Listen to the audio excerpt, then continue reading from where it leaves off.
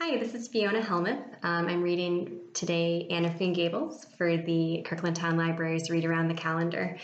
This was written by L.M. Montgomery in 1908, and it takes place in Prince Edward Island in Canada.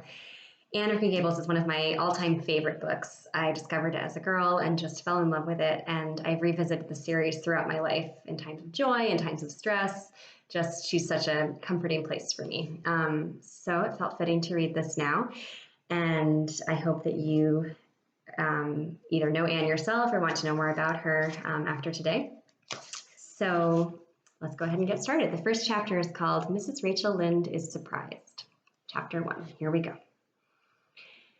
Mrs. Rachel Lynde lived just where the Avonlea main road dipped down into a little hollow, fringed with alders and ladies' eardrops, and traversed by a brook that had its source away back in the woods of the old Cuthbert place.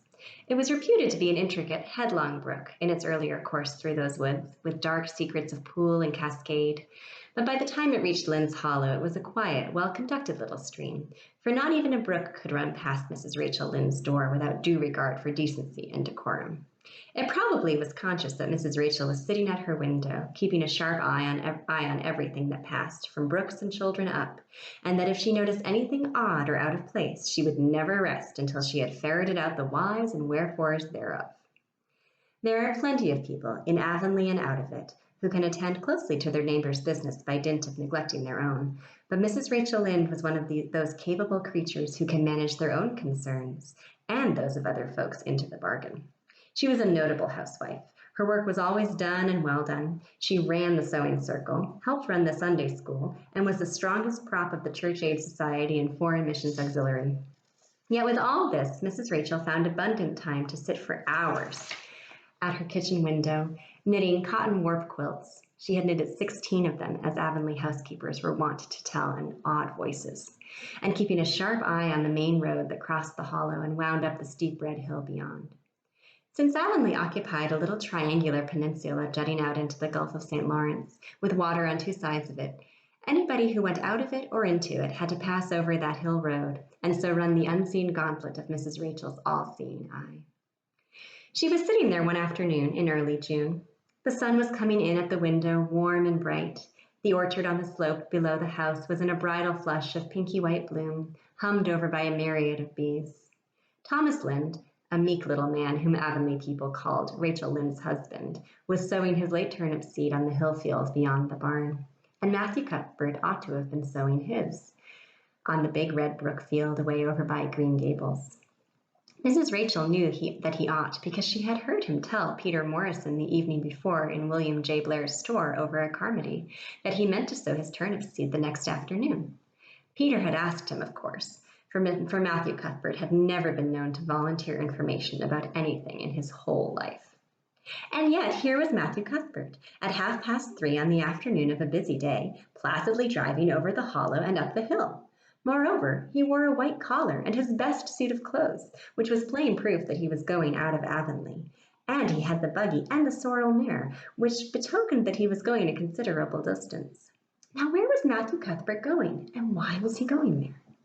Had it been any other man in Avonlea, Mrs. Rachel, deftly putting this and that together, might have given a pretty good guess as to both questions. But Matthew so rarely went from home that it must be something pressing and unusual which was taking him. He was the shyest man alive and hated to have to go among strangers or to any place where he might have to talk. Matthew, dressed up with a white collar and driving in a buggy, was something that didn't happen often. Mrs. Rachel, ponder as she might, could make nothing of it, and her afternoon's enjoyment was spoiled. "I'll just step over to Green Gables after tea and find out from Marilla where he's gone and why," the worthy woman finally concluded. "He doesn't generally go to town this time of year, and he never visits. If he'd run out of turnip seed, he wouldn't dress up and take the buggy to go for more. He wasn't driving fast enough to be going for the doctor. Yet something must have happened since last night to start him off. I'm clean puzzled, that's what, and I won't know a minute's peace of mind or conscience until I know what has taken Matthew Cuthbert out of Avonlea today." Accordingly, after tea, Mrs. Rachel set out. She had not far to go. The big, rambling, orchard-embowered house where the Cuthberts lived was a scant quarter of a mile up the road from Lynde's Hollow. To be sure, the long lane made it a good deal further. Matthew Cuthbert's father, as shy and silent as his son after him, had got as far away as he possibly could from his fellow men without actually retreating into the woods where he built when he founded his homestead. Green Gables was built at the furthest edge of his cleared land, and there it was to this day, barely visible from the main road along which all the other Avonlea houses were so sociably situated. Mrs. Rachel Lynde did not call living in such a place living at all. "It's just staying, that's what," she said, as she stepped along the deep-rutted, grassy lane bordered with wild rose bushes. "It's no wonder Matthew and Marilla are both a little odd, living away back here by themselves. Trees aren't much company, though dear knows if they were, there'd be enough of them. I'd rather look at people. To be sure, they seem contented enough, but then I suppose they're used to it. A body can get used to anything." With this, Mrs. Rachel stepped out of the lane into the backyard of Green Gables. Very green and neat and precise was that yard, set about on one side with great patriarchal willows, and on the other with prim Lombardies. Not a stray stick nor stone was to be seen, for Mrs. Rachel would have seen it if there had been.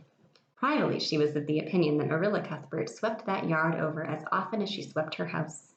One could have eaten a meal off the ground without overbrimming the proverbial peck of dirt.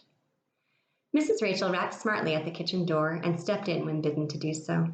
The kitchen at Green Gables was a cheerful apartment, or would have been cheerful if it had not been so painfully clean as to give it something of the appearance of an unused parlor. Its windows looked east and west. Through the west one, looking out on the backyard, came a flood of mellow June sunlight. But the east one, whence you got a glimpse of the bloom-white cherry trees in the left orchard and nodding slender birches down in the hollow by the brook, was greened over by a tangle of vines. Here sat Marilla Cuthbert, when she sat at all, always slightly distrustful of sunshine, which seemed to her too dancing and irresponsible a thing for a world which was meant to be taken seriously. And here she sat now, knitting, and the table behind her was laid for supper.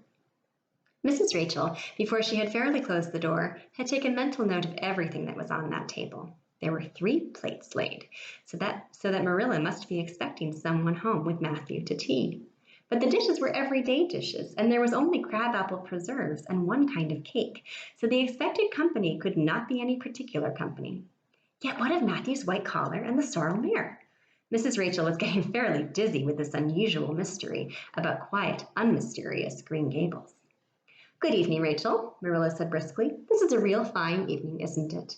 Won't you sit down? How are all your folks?" Something that for lack of any other name might be called friendship existed and had always existed between Marilla Cuthbert and Mrs. Rachel, in spite of, or perhaps because of, their dissimilarity. Marilla was a thin, tall woman, with angles and without curves.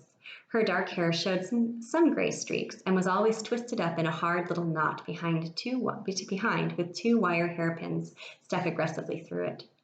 She looked like a woman of narrow experience and rigid conscience, which she was, but there was a saving something about her mouth which, if it had ever been so slightly developed, might have been considered indicative of a sense of humor. "We're all pretty well," said Mrs. Rachel. "I was kind of afraid you weren't, though, when I saw Matthew starting off today. I thought maybe he was going to the doctor's." Marilla's lips twitched understandingly. She had expected Mrs. Rachel up. She had known that the sight of Matthew jaunting off so unaccountably would be too much for her neighbor's curiosity. "Oh, no, I'm quite well, although I had a bad headache yesterday," she said. "Matthew went to Bright River. We're getting a little boy from an orphan asylum in Nova Scotia, and he's coming on the train tonight." If Marilla had said that Matthew had gone to Bright River to meet a kangaroo from Australia, Mrs. Rachel could not have been more astonished. She was actually stricken dumb for 5 seconds. It was unsupposable that Marilla was making fun of her, but Mrs. Rachel was almost forced to suppose it. "Are you in earnest, Marilla?" she demanded when her voice returned to her.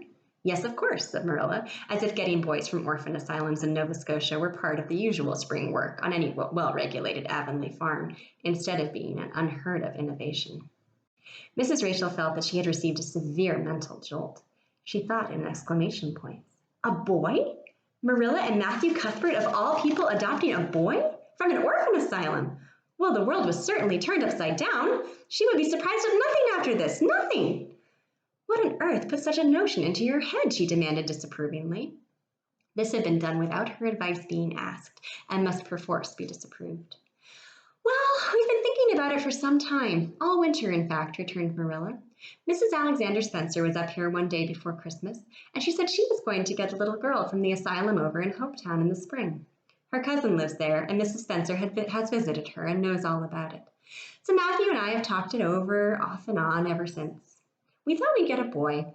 Matthew is getting up in years, you know. He's 60, and he isn't so spry as he once was. His heart troubles him a great deal. And you know how desperate hard it's got to be to get hired help. So in the end, we decided to ask Mrs. Spencer to pick us out one when she went over to get her little girl. We heard last week she was going, so we sent her word by Richard Spencer's folks at Carmody to bring us a smart, likely boy of about 10 or 11. We decided that would be the best age, old enough to be of some use in doing chores right off, and young enough to be trained up proper. We mean to give him a good home and schooling. We had a telegram from Mrs. Alexander Spencer today. The mailman brought it from the station, saying they were coming over on the 5:30 train tonight. So Matthew went to Bright River to meet him. Mrs. Spencer will drop him off here. There. Of course, she goes on to White Sands Station herself. Mrs. Rachel prided herself on always speaking her mind. She proceeded to speak it now, having adjusted her mental attitude to this amazing piece of news. Well, Marilla, I'll just tell you plain that I think you're doing a mighty foolish thing, a risky thing, that's what. You don't know what you're getting. You're bringing a strange child into your house and home, and you don't know a single thing about him, nor what his disposition is like, nor what sort of parents he had, nor how he's likely to turn out. Why, it was only last week I read in the paper how a man and his wife up west of the island took a boy out of an orphan asylum, and he set fire to the house at night, set it on purpose, Marilla, and nearly burnt them to a crisp in their beds. And I know another case where an adopted boy used to suck the eggs. They couldn't break him of it. If you had asked my advice in the matter, which you didn't do, Marilla, I'd have said for mercy's sake not to think of such a thing, that's what. This Job's comforting seemed neither to offend nor alarm Marilla. She knitted steadily on. I don't deny there's something in what you say, Rachel. I've had some qualms myself, but Matthew was terrible set on it. I could see that, so I gave in. It's so seldom Matthew sets his mind on anything that when he does, I always feel it's my duty to give in. And as for the risk, there's risks in pretty near everything a body does in this world. There's risks in people's having children of their own, if it comes to that, and they don't always turn out well. And then Nova Scotia is right close to the island. It isn't as if we were getting him from England or the States. He can't be much different from ourselves. Well, I hope it will turn out all right, said Mrs. Rachel in a tone that plainly indicated her painful doubts. Only don't say I didn't warn you. If he burns Green Gables down or puts strychnine in the well. I heard of a case over in New Brunswick where an orphan asylum child did that, and the whole family died in fearful agonies. Only it was a girl in that instance. Well, we're not getting a girl, said Marilla, as if poisoning wells were a purely feminine accomplishment and not to be dreaded in the case of a boy. I'd never dream of taking a girl to bring up. I wonder at Mrs. Alexander Spencer for doing it. But there she wouldn't shrink from adopting a whole orphan asylum if she took it into her head. Mrs. Rachel would have liked to stay until Matthew came home with his imported orphan, but reflecting that it would be a good 2 hours at least before his arrival, she concluded to go up the road to Robert Bell's and tell them the news. It would certainly make a sensation second to none, and Mrs. Rachel dearly loved to make a sensation. So she took herself away, somewhat to Marilla's relief, for the latter felt her doubts and fears reviving under the influence of Mrs. Rachel's pessimism. Well, of all things that ever were or will be, ejaculated Mrs. Rachel when she was safely out in the lane, it does really seem as if I must be dreaming. Well, I'm sorry for that poor young one, and no mistake.